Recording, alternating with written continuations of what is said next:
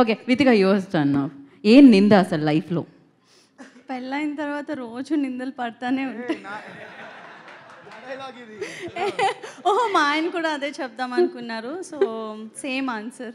మరి మీరు మీ మధ్య కెమిస్ట్రీ బాగుంటుంది, అండర్స్టాండింగ్ బాగుంటుంది అంటే ఏమో అనుకున్నాం. ఆన్సర్ కూడా ఒకటేలా ఉంటుందని ఇప్పుడే అర్థమైంది. ఒక రేంజ్లో ఉంది అయితే.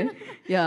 సో రోజు ఎలాంటి నిందలు? ఉప్పు తక్కువైందని, కారం ఎక్కువైందని? మా అత్తయ్య వాళ్ళు అమెరికాలో ఉంటారు కాబట్టి ఫోన్ చేసినప్పుడల్లా వితిక వంట చేయట్లేదు, ఏం చేయట్లేదు. మొన్న కూడా ఒక వీడియో చేస్తే దాంట్లో కూడా అదే చెప్పారు. సో అవి నిందలు పడుతూనే ఉన్నాను నేను గత 7 ఏళ్ళ నుంచి.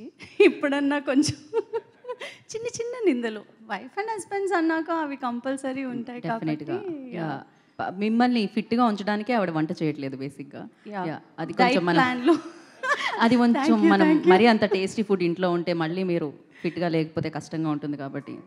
ఐస్ లేడీస్ చాడీస్ అదే కదా. So thank you Vithika. And మీరేమంటారు వరుణ్? నింద, ఈ నింద ఓకే, ఈ నింద మేము June 21 చూస్తాం థియేటర్లో. అసలు మీ మీద పడిన నిందలు ఏంటి? నా మీద నిందలు చాలా వేస్తుందన్నమాట తినే నా మీద.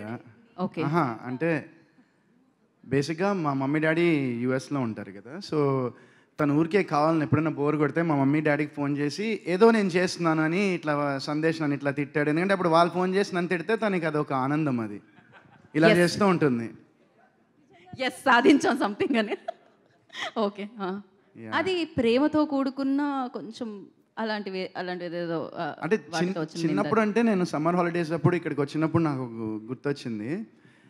మా కమ్యూనిటీలో అప్పుడు మా గ్రాండ్ పేరెంట్స్ మాసప్ ట్యాంక్లో ఉండేవాళ్ళు. సో అక్కడ మేము క్రికెట్ ఆడేవాళ్ళం చిన్నప్పుడు, మామూలు స్ట్రీట్ మీద. సో అప్పుడు నేను ఆడుతుంటే ఒక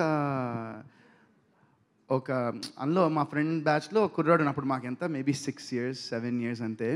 అండ్ క్రికెట్ ఆడుతుంటే బ్యాట్ వాళ్ళు ఆడుతుంటే విరిగిపోయింది, కానీ అందరూ నేనే చేశానని చెప్పారు నా మీద. ఎందుకంటే నేను పెద్దవాడిని వాళ్ళందరికన్నా, ఒక 1 year 2 years పెద్దవాడిని. ఆ తర్వాత ఇంకా నేను ఏడుస్తూ ఇంటికి వెళ్ళి నేనే చేశాను, ఎందుకంటే మళ్ళీ బ్యాట్ ఉండదు కదా. సో నేనే చేశానని చెప్పి ఒక బ్యాట్ కొనిచ్చి వాళ్ళకి ఇచ్చాను మళ్ళీ. ఓ పర్ఫెక్ట్. నింద మీరు మోసి మొత్తానికి మీది కాకపోయినా కూడా మోసారనమాట. అండ్ ఇక్కడ ఈ నిందను కూడా మోసారు. ఏమో మరి అది మీరు సినిమా చూడాలి. ఎగ్జాక్ట్లీ ఏం జరిగింది అని మేము సినిమా చూడాలి, తెలుసుకుంటాం. And thank you and wish you good luck.